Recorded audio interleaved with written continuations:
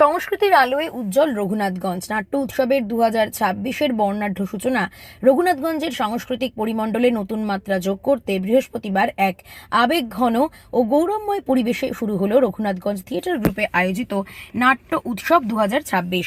শহরের অন্যতম প্রধান সাংস্কৃতিক কেন্দ্র রবীন্দ্র ভবনে মঞ্চে বিকেল 5টা থেকেই রং আলো সুর ও মানুষের উচ্ছ্বাসে মুখরিত হয়ে ওঠে। উৎসবের সূচনা পর্বেই ছিল এক সুশৃঙ্খল ও মননশীল আয়োজন। আমন্ত্রিত অতিথিদের আন্তরিক অভ্যর্থনার মাধ্যমে অনুষ্ঠান শুরু হয়। আয়োজকদের পক্ষ থেকে উত্তরীয় ফুল ও শুভেচ্ছা স্মারক দিয়ে অতিথিদের বরণ করে নেওয়া হয়, যা অনুষ্ঠান স্থলে এক আন্তরিক ও পারিবারিক আবহ তৈরি করে। এরপরেই ঐতিহ্য মেনে প্রদীপ প্রজ্বলনের মাধ্যমে নাট্য উৎসবের শুভ সূচনা ঘোষণা করা হয়। জ্বলে ওঠা সেই প্রদীপ যেন প্রতীক হয়ে ওঠে বাংলা নাট্য চর্চার অবিচল ধারার, সৃজনশীলতার এবং সম্মিলিত সংস্কৃতি চর্চার আলোর।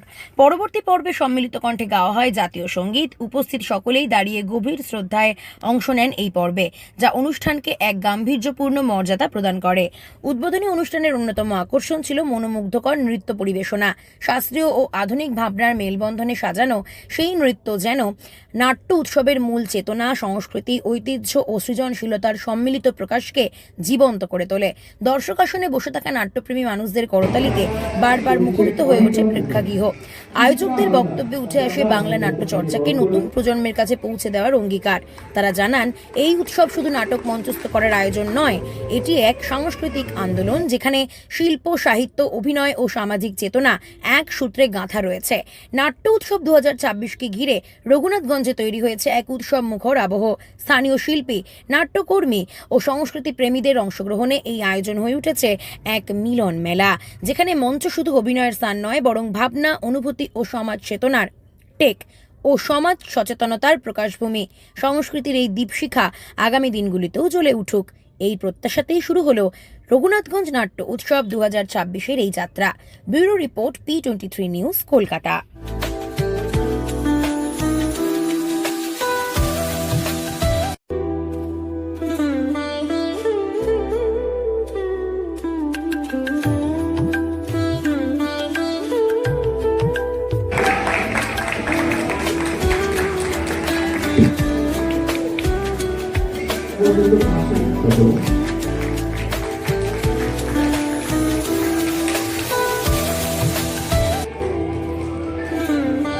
এরপর বিশিষ্ট অভিনেতা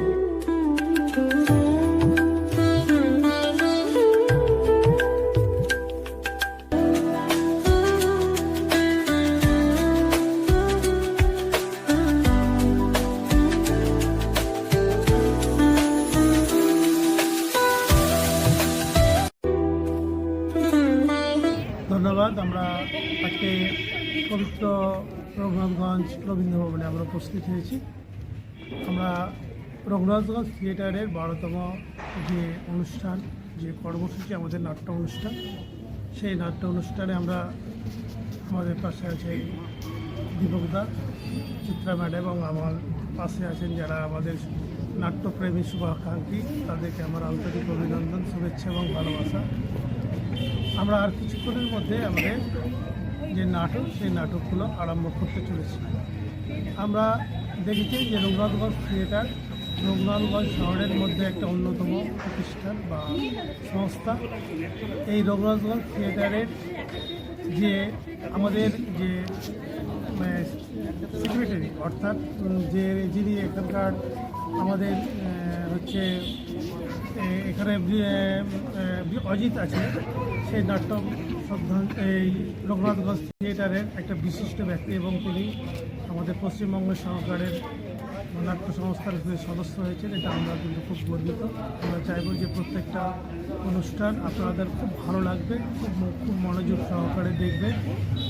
নাটক হচ্ছে আমাদের একটা আনন্দের বিনোদন, কিন্তু আমাদের এখান থেকে আমাদের শিক্ষা নেওয়ার দরকার আছে যে আমরা প্রত্যেকটা সমাজের মানুষকে আমরা সমাজ থেকে যে কুসংস্কার আছে, সেই কুসংস্কারকে একটু মুক্ত করার জন্য আমাদেরকে একটা আধ ঘন্টা হোক, 45 মিনিট হোক, 1 ঘন্টা হোক যে অনুষ্ঠান হয়, সেই অনুষ্ঠানের মধ্যে আমরা সেটা বার্তা দিতে চলেছি।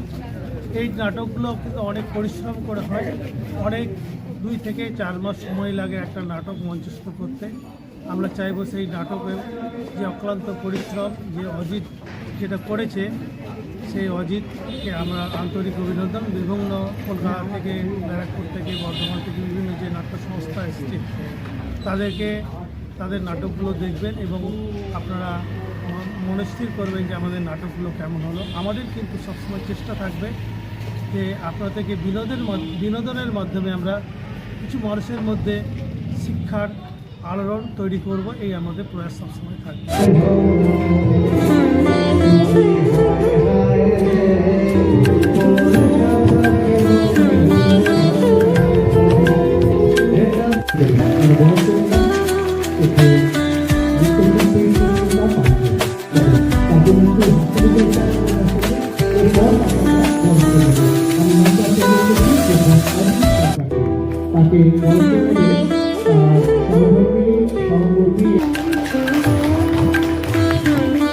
বর্ষ সারা বছর ধরে ওনারা অনুভব করে কাজের মধ্যে লেগে থাকে কবে উৎসবটা আসবে, এবং দূর দূরান্ত থেকে অনেক দলও এসেছে, তাই অতিরিক্ত কথা বলে ভরা অভিনেত্রী ইন্দ্রাণী মুখার্জি এবং দাদা ঠাকুর শিক্ষায়তন এবং কালচারাল ইউনিভার্সিটির প্রাণ পুরুষ ডক্টর অপূর্ব চক্রবর্তীর পক্ষ থেকে এই রবীন্দ্রনাথ থিয়েটার গ্রুপের এই 12 বছর পদার্পণের জন্য তাদেরকে অভিনন্দন জানাই। 12তম নাট্য উৎসবে আমি আসতে পেরে নিজেকে ধন্য মনে করছি এবং এই নাটক উৎসবের শুভেচ্ছা কামনা করছি। নাটক আগামী দিনে আরো এগিয়ে যাক, আরো সুন্দর, আরো নতুন নতুন নাটক। 12তম নাট্য উৎসব এত সুন্দর একটা সংখ্যা এবং এত সুন্দর তথ্য, আমি অপেক্ষা করছি নাটক দেখার জন্য। আমরা কথা বলে সমালোচনা করে একেবারে নাটক দেখার জন্য তৈরি মনকে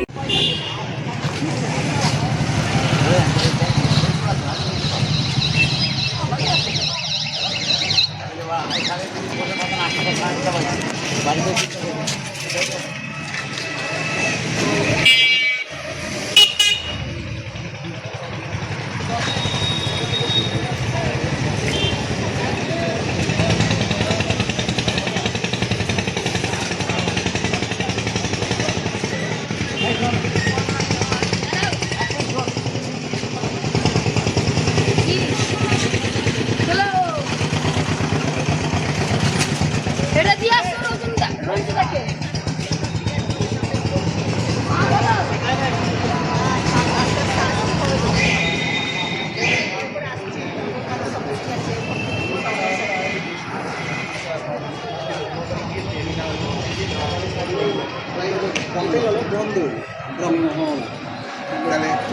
কলকাতার মতন জায়গাতেও লোক পাবলিক নাচবে ওই জায়গাটা।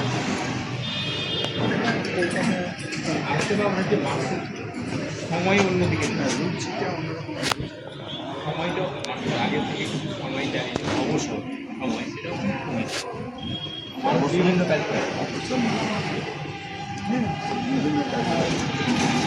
যত শহর থেকে আরো হবে, মানে বড় শহরের দিকে তত মানুষ হয়ে গেছে।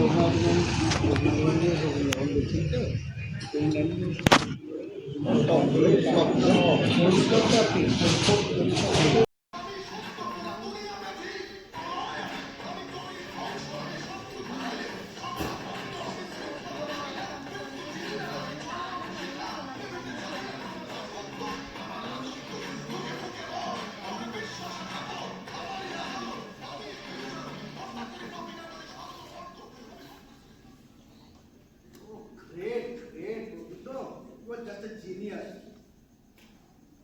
Pal, রে পাল, এসআই আমাকে ডাকছে। কোথায় থাক? এসআই স্যার এরকম একটা ব্লগার নোংরা ধরে গেছিল, কিন্তু চাটা খাও। না না না না বলরামদা স্যার, তারা দরকার হবে না। কোনো কি ভাইয়া কোন ব্যাটা ছিল তো কত কয়েক মাস ধরে ঘুম উড়িয়ে ছিল। না না এ পাল, পরের কথা কর্ম করে মানিয়ে যত দেখা চা হয়ে যাচ্ছে, যাও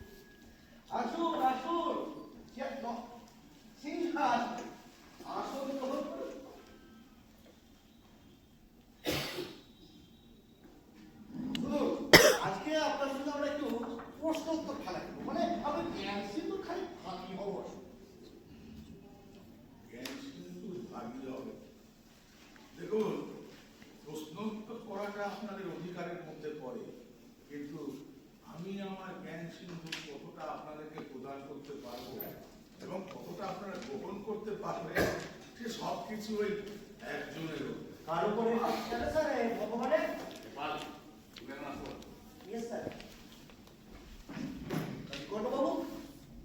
কার উপর নির্ভরশীল আমাদের খেললাম? কালের উপরে তো আমরা সবাই নির্ভরশীল। একদম ঠিক কথা বলেছে।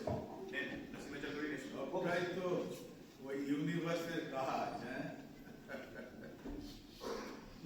সই করতে হবে। হ্যাঁ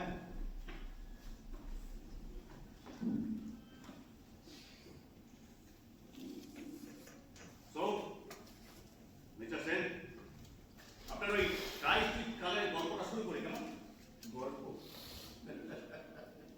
সে কি এসপি সাহেব, আমাকে ধরার জন্য এত ভার, এত ইনভেস্টিগেশন, এত দৌড়ঝাঁপ, শেষে কিনা আপনি গল্প শুনবেন না? আমি তো ভাবলাম আপনারা আজকেই আমাকে কনফ্লিক্ট করে ছাড়বেন। বেশ ডিসঅ্যাপয়েন্টেড হলাম। এত আগে ওপিনিয়ন ফর্ম করবেন না বিকর্ণবাবু? বুঝলেন না? বিকর্ণবাবুকে তার মহান কীর্তি কিছু ঝলক শোনাবে না? অবশ্যই অভিযুক্ত বিকল্প সে অভিযোগ 5টা মার্ডার, সারা কলকাতা শহর জুড়ে একাধিক ভেন্টিলেশন, হ্যাঁ একই মর্ডার অপারেন্ডি, প্রভূতভাবে উল্লেখযোগ্য ওই প্রত্যুষ দত্ত মামলা। আর এই প্রত্যুষ দত্ত ছিলেন বিশিষ্ট রাজনীতিবিদ, সুবিনয় দত্তের একমাত্র পুত্র। আচ্ছা, আপনাদের কথা অনুযায়ী আমি ধরে নিলাম মার্ডার গুলো আপনিই করেছেন। এই 6 to 7 ইয়ার্স আপনারা কি করছিলেন? নাকি পলিটিক্যাল অ্যাঙ্গেল না থাকলে আপনারা নতুন কোনো কেস এক্সপ্লোর করেন? ইন্টারেস্টিং। তার মানে আপনি অস্বীকার করছেন যে খুনগুলো আপনি করেছেন? স্বীকার অস্বীকার কোনো কিছুর মধ্যে যাচ্ছি না। আমি শুধু আমার অবজারভেশনের কথা বলছি। And you know, observation is a very good thing. একজন মানুষের অ্যাকশন রিয়াকশন দেখে সেই মানুষটাকে চিনতে ভীষণ সাহায্য করে। তাই তুমি আমাদের এত কি ছিল বলো তো? আপনাকে সেনা তো কোনো ব্যাপারই না। কেন? কারণ আপনার মতো ওভারস্মার্ট লোককে এক দেখাতেই সেরা যায়। আচ্ছা, রঞ্জিত বোস নামটা আপনার মনে পড়ে? হ্যাঁ, শোনা শোনা লাগছে। কোথায় শুনেছি বলুন তো? আপনার প্রথম শিকার, খুব কষা স্লিপ, গলায় একটা ছোট slip, broken metacarpal bones, death by bleeding out. বডিটা পাওয়া যায় একটা ডাম্পিং গ্রাউন্ডে। উল্লেখ্য, ফরেনসিকের ধারণা জীবিত অবস্থায় ওই জায়গায় ফেলে আসা হয়েছিল। আমার শিকার না জগতের অস্বীকার, সে তখন তবে রঞ্জিত বোসের বিকারের কাহিনীও কিন্তু কম বেরোয়নি। অবশ্য সেগুলোকে টিজার বললে একটু বেশি বলা হয়। বিকার এরকম বিকার বলুন, মানে যদি ও sure your wish my command. Ranjit Bose exotica bird এই কলকাতার নাইট লাইফের বেতাজ বাদশা। অবশ্য তার কোয়ালিফিকেশনটা কিন্তু আউটস্ট্যান্ডিং। কিরকম কোয়ালিফিকেশন? মার্লিংয়ের গ্র্যাজুয়েট, মার্ডারের মাস্টার, রেপ অ্যান্ড মোলাস্টেশনের দেখুন লিখে বিকল্প এখনো সময় আছে। আপনি যদি আপনার রাইট টু অ্যাটেন্ডের সুবিধাটা নিতে পারেন। না না না, আমার নিজের প্রতি খুব ভরসা আছে এবং আমার ভেতরের মানুষটাকে আমি খুব ভালো করেছি। আমি জানি আমি নিজেকে খুব ভালোভাবে রিপ্রেজেন্ট করতে পারবো। সেরকম অসুবিধা হলে সেখানে তো আপনি আসছেন, আপনার সঙ্গে একজনের সভ্যতা, আর তাছাড়া আপনার সম্বন্ধে অজানা কর কিছুই। রঞ্জিত বোস বলে দিলাম, রঞ্জিত বোসকে আমি পাই বলতে পারো কি রঞ্জিত বোস কেন মারা গেলেন? হ্যাঁ বলতে পার। বলুন, তাহলে বলুন। ওই রঞ্জিত বোস একটা 9 বছরের মেয়েকে ধর্ষণ করেছিল। মেয়েটি একটি বস্তিতে থাকতো। ওই রঞ্জিত বোস সেই বস্তিতে গিয়ে পরিবার সমেত তাদেরকে পুড়িয়ে মারে। আর ওই রঞ্জিত বোস নাবালিকা মেয়েদের ধরে এনে পেশাবৃত্তি করায়। আচ্ছা, এই পয়েন্টগুলো কি তার বধ হওয়ার জন্য যথেষ্ট নয়? Extremely sorry. বলছিলাম এসপি সাহেব, যদি কিছু মনে না করেন, একটা কথা ছিল। বলুন। আমার না ভীষণ খিদে পেয়েছে। কি ভাবলো বসে এরকম একটা সিরিয়াস ডিসকাশন ঠান্ডা নরম বাবু, বসুন। ডিএসপি সাহেব, ওই বিকল্প বাবুর সঙ্গে একটুখানি ও ডিএসপি সাহেব, আরে পেটে খেলে তবে তো চেহারাটা পিঠে সইবে নাকি?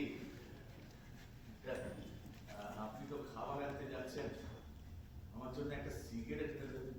Sorry sir, extremely addicted sir. ঠিক আছে, এটা তো তুমি যাও, খাবারটা দেন, আমি দেখছি।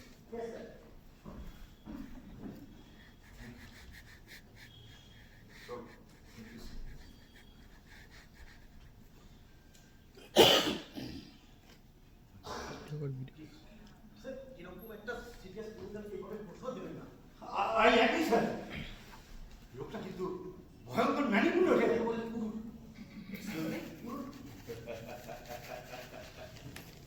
উনি বোধহয় বলতে চাইছেন আমি খুব স্লো। প্রয়োজন হবে না, আপনাদের সাথে আমি কোন রকম ভায়োলেন্স দেখাবো না। তো আমাদের উপর এত সকাল হওয়ার কারণ? কারণ আপনারা আমার কোনো ক্রাইটেরিয়ায় মিট করেন। ও, আপনি তাহলে স্বীকার করছেন যে আপনার ভিকটিমদের আপনার ক্রাইটেরিয়া ফিট করতে হবে? ওই রঞ্জিত বোসের মতো লোকেরা, অবিশ্বাসসমতার মতো লোকেরা, যিনি আপনার দ্বারা মিউটিলেটেড হয়েছিলেন, তার হাতের আঙুল আপনি কেটে দিয়েছেন, 17 লোক এখনো মেন্টাল রিহাব থেকে বেরোতে পারেন। দেখুন এই কথাগুলো কিন্তু আপনি সব ওই পারমুটেশন কম্বিনেশন করে বলছেন। আমি যদি হাইপোথেটিক্যালি বলি যে আমি ওদের খুন করেছি, তাহলে বলবো বেশ করেছে। এতগুলো মানুষকে খুন করে তাদের সারা জীবনের মতন পঙ্গু করে দিয়ে আপনার কোনো রিমোর্স নেই। নেই, কোনো রিমোর্স নেই। বিশ্বায়ন সমাদদার তার ওই পাপি হাত দিয়ে তার ভিকটিমদের মুখে অ্যাসিড ছুঁড়ে মেরেছিল। তার ভিকটিমদের সকল মানুষ শুধু নয়, তাদের বেঁচে থাকাটাও ভীষণভাবে ক্ষতিগ্রস্ত করেছিল। তাই যদি হাইপোথেটিক্যালি বলি তার ওই পাপি হাতটা কেটে আমি আমি উপকার করেছি। দেখুন বিকল্পবাবু, আপনার সম্বন্ধে যতটুকু জানি, আমাদের কিন্তু এই অভিযোগগুলো প্রমাণ করতে খুব একটা বেশি বেগ পেতে হবে। এই আপনাকে বলছি যে আপনি আমাদের কাছে যদি সত্যতা স্বীকার করেন, তাহলে আপনার শাস্তি কিছুটা হলেও কম হবে। তাই আবারও বলছি, কোর্টে যদি আপনার সপক্ষে কোনো উকিল না রাখে, তাহলে বুদ্ধিমানের কাজ হবে আমাদের কাছে সত্যতা স্বীকার করা। শাস্তি কি এসপি সাহেব? শাস্তি সবাই খারাপ পায় জানে, যাদের ফিরে আসার একটা জায়গা আছে, যাদের পেছনে সুন্দর একটা জীবন আছে। আর আমার জীবনটা তো পুরো অমানিসায় ভরা অন্ধকার। আমার যদি মৃত্যুদণ্ড হয় না, তাহলে এই জীবন নামক শাস্তি থেকে আমি মুক্তি পেয়ে যাবো। কেন? আপনার পরিবারে কেউ নেই? আপনার বাবা, মা, স্ত্রী, পুত্র, সন্তান কেউ নেই। আমার যখন 5 বছর বয়স, তখন একটা অ্যাক্সিডেন্টে আমার মা আর বাবা মারা যায়। দুঃসম্পর্কের পিসির কাছে আমি মানুষ, সেও পিসি আমার 16 বছর বয়সে আমাকে ছেড়ে চলতে। তারপর থেকে আমি একা। আপনি কি অকৃতজ্ঞ? ভাগ্যি সকৃততা, নইলে একজন খুনির সাথে একটা পরিবার জড়িয়ে যেত। কি বলে? তাতে কি আপনি তো আদর্শবান পুলিশ মশাই, কি সুন্দর ভিকটিমদের দোষগুলো আমাদের চোখের সামনে তুলে ধরলেন। দেখুন ডিএসপি সাহেব, আমি না অনেকটা ওই পৌরসভার কেমিক্যাল ওয়েস্টের গাড়িগুলোর মতো এই সমাজে, এই ভবিষ্যতের পক্ষে যা যা কারণ আমি সেগুলোকে ডিসপোজ অফ করে থাকি। তাহলে নিজের কর্মশৈলী আপনি স্বীকার করছেন না কেন? কেন মানে এই দ্বারা দেখুন, ফেরার চেষ্টা করে কোনো লাভ নেই। আমাদের কাছে সার্কামস্টেন্সিয়াল এভিডেন্স কিছু কম নেই। বাট আমার এখানকার কথাগুলো কিন্তু কোর্ট অফ লতে প্রমাণ হবে না। আবার আমি এখানে যে কথাগুলো বলছি, সেই কথাগুলো সত্যি সত্যি কি আমি কোর্টে বলবো, এরকম কোনো কথা কিন্তু আমি দিতে পারছি না। দেখুন বিকল্পবাবু, 2018 সালে আপনি প্রথম খুন করেন। তার আগে অব্দি যতদূর জানা যায়, আপনি খুব ভালো মানুষ ছিলেন। অন্তত আপনার পাড়ার লোক আর আপনার কলিগরা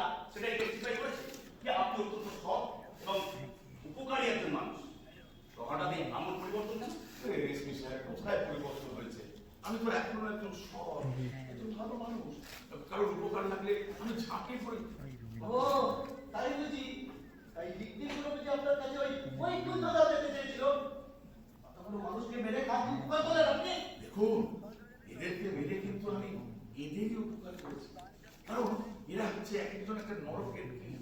তাই এই নরকের পচা গলা জীবন থেকে আমি এদেরকে মুক্তি দিয়ে দিয়েছি। এদের শাস্তি দেওয়ার জন্য আইন আছে, সমাজ ব্যবস্থা আছে। আপনাকে সে দায় হাতে তুলে নেওয়ার অনুমতি আইন দেয় না বিকল্প। আচ্ছা, আপনারা বলুন তো, এদের এই কুকর্মগুলো চোখের সামনে দেখে আমার ঠিক কি কি করা উচিত ছিল? আপনার আইনের দ্বারস্থ হওয়া উচিত ছিল, আপনার প্রতিবাদ করা উচিত ছিল, কিন্তু কোনো ঘটনার জন্য আপনি এতগুলো মানুষকে খুন করতে পারেন না। কি হতো আইনের দ্বারস্থ হয়ে? কি করতে পারতেন আপনারা? না, আপনাকে অভিযুক্ত হিসেবে এই থানায় তুলে আনার পরেও আইনের প্রতি এত সন্দেহ। আচ্ছা বিকল্পবাবু, আপনার মনে হয় না যে আপনাকে আমরা যেভাবে খুঁজে বার করেছি, এদের অভিযোগের প্রমাণগুলো আমরা সেভাবে খুঁজে বার করতে পারতাম? আচ্ছা, এসপি সাহেব, আপনার কি মনে হয় এই দেশের অপরাধীরা প্রমাণের অভাবে সব ছাড়া পেয়ে যাচ্ছে, ঘুরে বেড়াচ্ছে? না, তারা ঘুরে বেড়াচ্ছে ক্ষমতার অপব্যবহার, টাকার জোরে আর সিস্টেমের দুর্বলতার জন্য। তাই আপনাদের ওই আইনকে আমি আর ভরসা করি না। শুনুন, আইন ব্যবস্থা কিছুটা স্লো মেনে নিচ্ছি, পুলিশ ইনএফিসে তা মেনে নিতে পারছি না।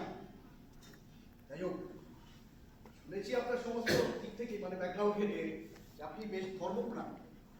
তা ডিভাইন জাস্টিসের উপর কি আপনার কোনো ভরসা নেই? এই না, একদম নেই, একদম নেই। কি জানেন, আমি আমার বক্তৃতার একদম 100% দেবো। তবে উনি ওনার কৃপার বেলায় বড্ড বেশি কৃপণ হয়ে পড়ছিলেন। আসবো স্যার। তো দেরি হলো? স্যার, তারকার দোকান থেকে নিয়ে এলাম তো স্যার, প্রচুর ভিড় ছিল স্যার। ঠিক আছে, তুমি এসো। Yes, sir. নিন বিকল্পবাবু, আইনের আধিকারিকতা গ্রহণ করুন। ও, হ্যাঁ, এখানে যখন এসে পড়েছি জামাই হাজত তো গ্রহণ করতেই হবে। দেখি কি হলো আছেন? আরে গরম গরম কচুরি তো আপনার তো খুব প্রিয়, প্রতি দুদিন অন্তর অন্তর নন্দের দোকান থেকে কিনতেন। ভুল বললাম? ভুল বলে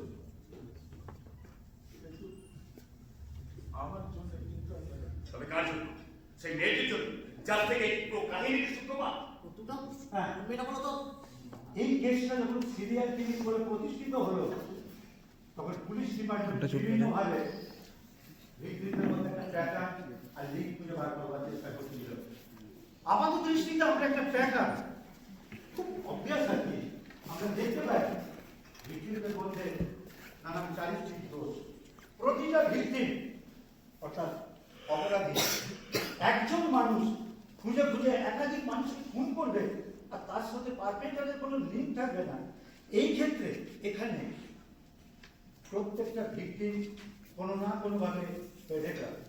এই জায়গাটা আমাদের কাছে স্যার একটা অসুবিধা মনে হয়। তাই পুলিশ ডিপার্টমেন্ট ভিকটিমদের মধ্যে কোনো লিঙ্ক আছে কিনা সেটা খোঁজার চেষ্টা করে।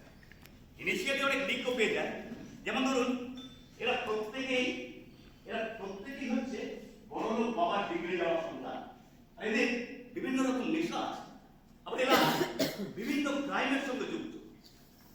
আর এরা রোজ প্রতিদিন এই এক্সোটিকা রেস্টুরেন্টে প্রায় ভিজিট।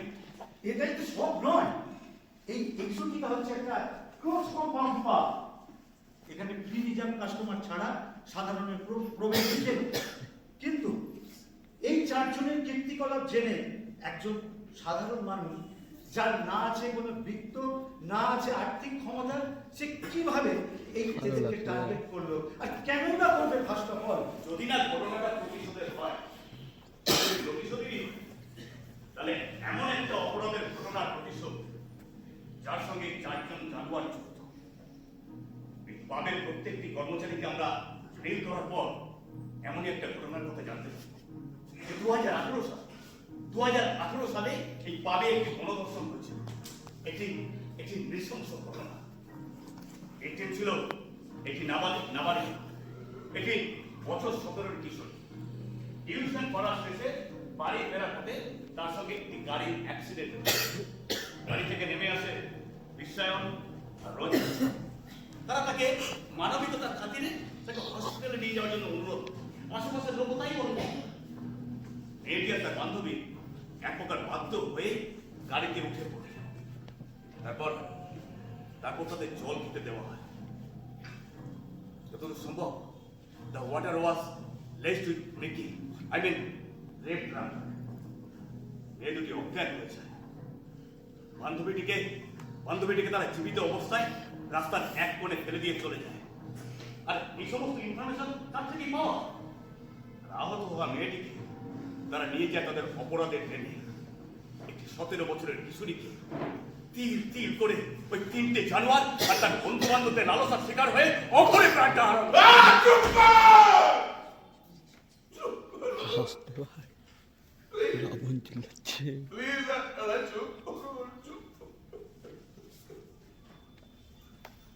মেয়েটির নাম জানকী। কিছু আমি শুনতে চাই না, প্লিজ। আমি কিছু মনে করতে চাই না, আমার বলবেন না, প্লিজ। শান্ত হন বেগম, শান্ত। পরে রাত্রিবেলায় মেয়েটির মৃতদেহ ওরা ভয় পেয়ে একটা বস্তির ধারে ফেলে দিয়ে যায়।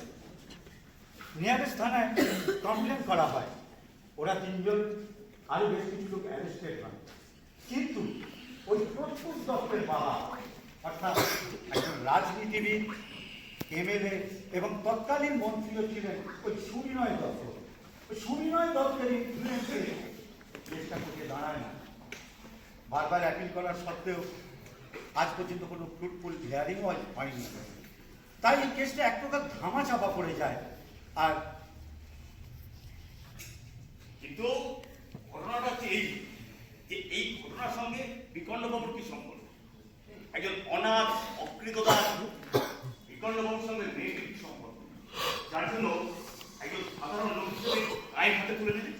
একজন সাধারণ মানুষ তখনই আইন হাতে তুলে নেয় যখন তার সন্তানকে কেউ আঘাত করে। জানকী আমার কন্যা।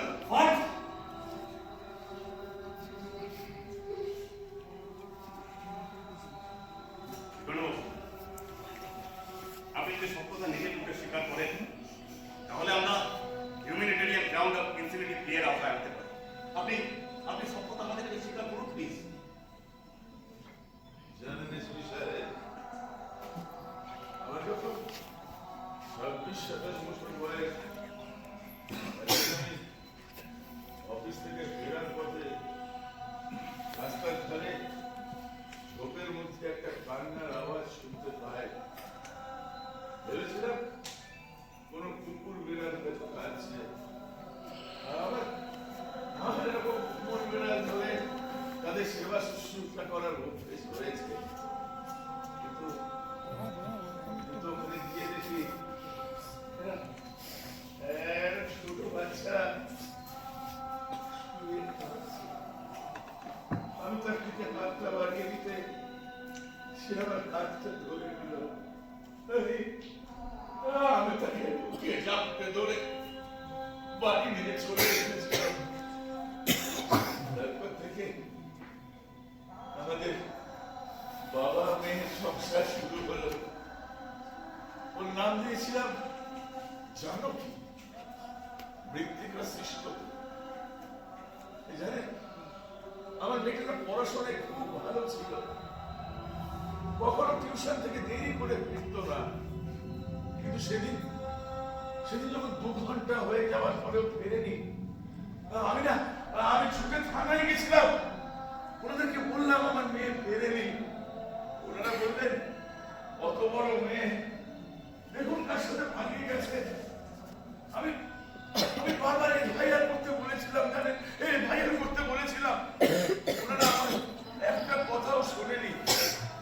তারপর যখন রাত হয়ে গেল, আমি মারা ছেলেদের নিয়ে খুঁজতে বেরোলাম। খুঁজতে সেই ঝোপের কাছে গিয়ে দেখি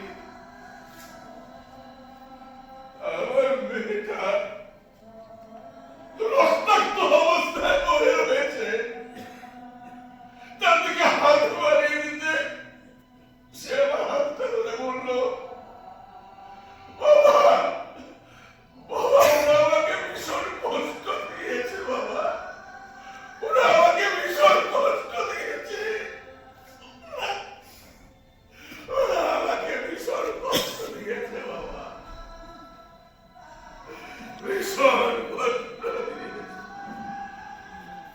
তারপর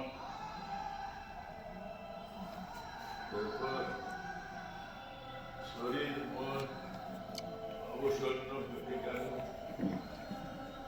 যে বাবা নিজের মেয়ের মুখাগ্নি করেছে তারা কি করার আছে বলুন তো? সেই বাবা আর কি করতে পারে? বলুন না আপনারা, বলুন সেই বাবা কি করতে পারে? বলুন না, বলুন না।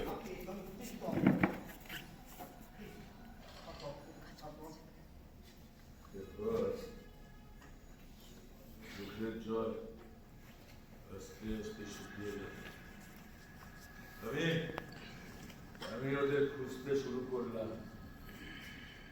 আমার মেয়ের বান্ধবীর কাছ থেকে আমি ওই গাড়ির নাম্বারটি পেয়েছিলাম। ওই এক্সোটিকা বারে আমি গিয়ে একটা ওয়েটারের চাকরি, প্রত্যেকটা শয়তান ওই একটা বারে আসতো। ধরে ধরে কষ্ট দিয়ে ফেলেছি। হ্যাঁ, আমি মেরেছি। আপনারা আমার স্বীকারোক্তি চাইছিলেন না? হ্যাঁ? এই তো আমি স্বীকারোক্তি দিলাম। আমি খুন করেছি সবাইকে, আমি খুন করেছি। এখন আপনাদের যা ইচ্ছে তাই করো, তাই করো। আমরা খানিকক্ষণের ব্রেক নিয়ে নিই। প্রণাম, সুদর্ণ। পাশের ঘরে চলুন, চার্জশিট নিয়ে আলোচনা আছে। কেন আপনি বিশ্রাম করুন। এসপি সাহেব, আমাকে এক গ্লাস জল খাওয়াতে পারে?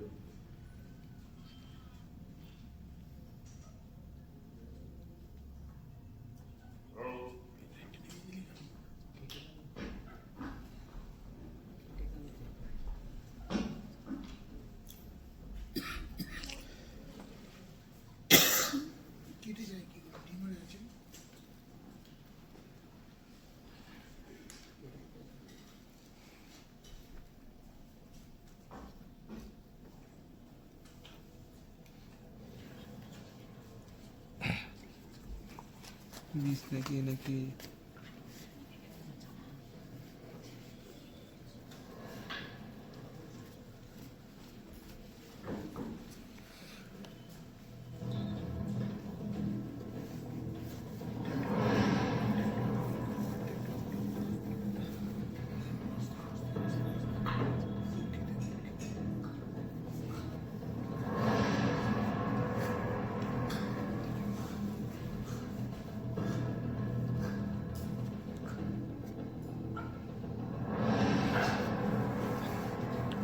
কি করি?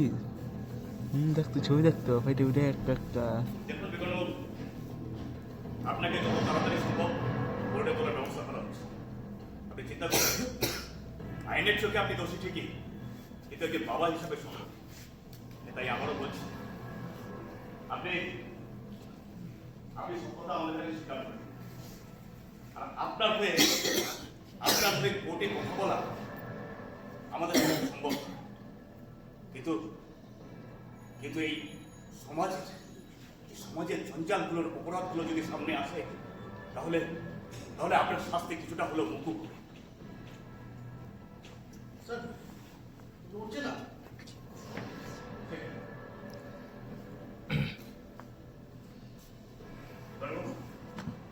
বাবু, মিস্টার সেন,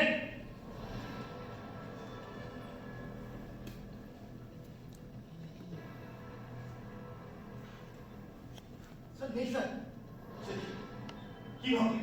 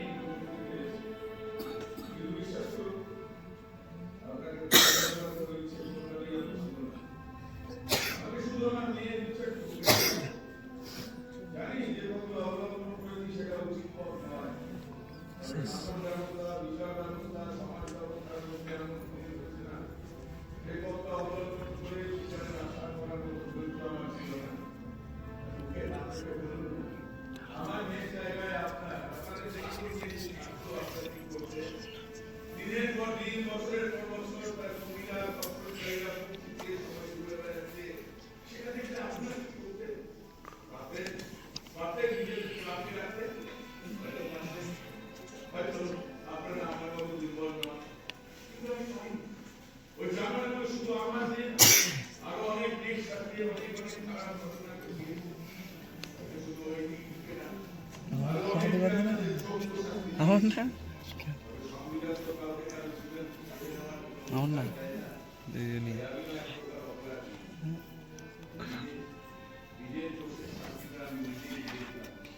আমি এত খারাপ বন্ধু বানাবো না।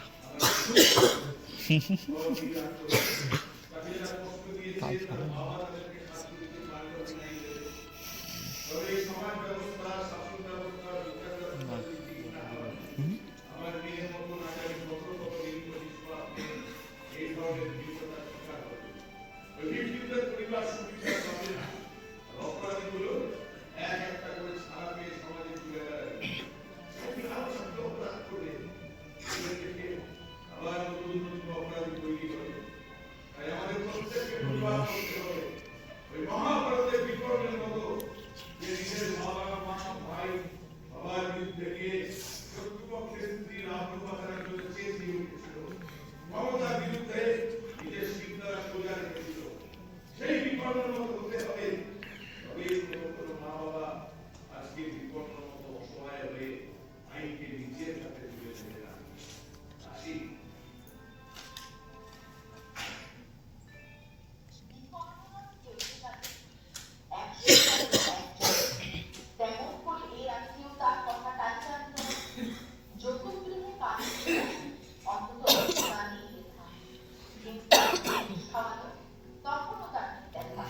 কিন্তু যখন প্রকাশ্যতেই কাটছেন আর আত্মীয় স্তব্ধ জীবের চুপ সাগরে বিপর্ণতার একলা কেউ চেঁচিয়ে ওঠেন রাজা কুমার যুবরাজের বিরুদ্ধে।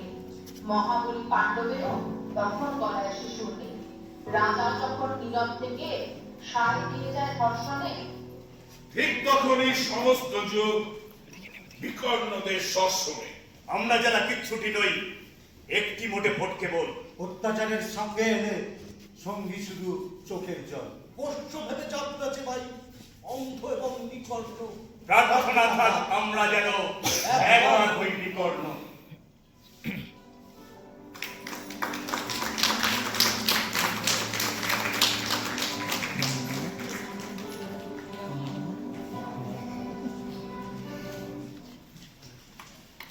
আপনারা দেখেন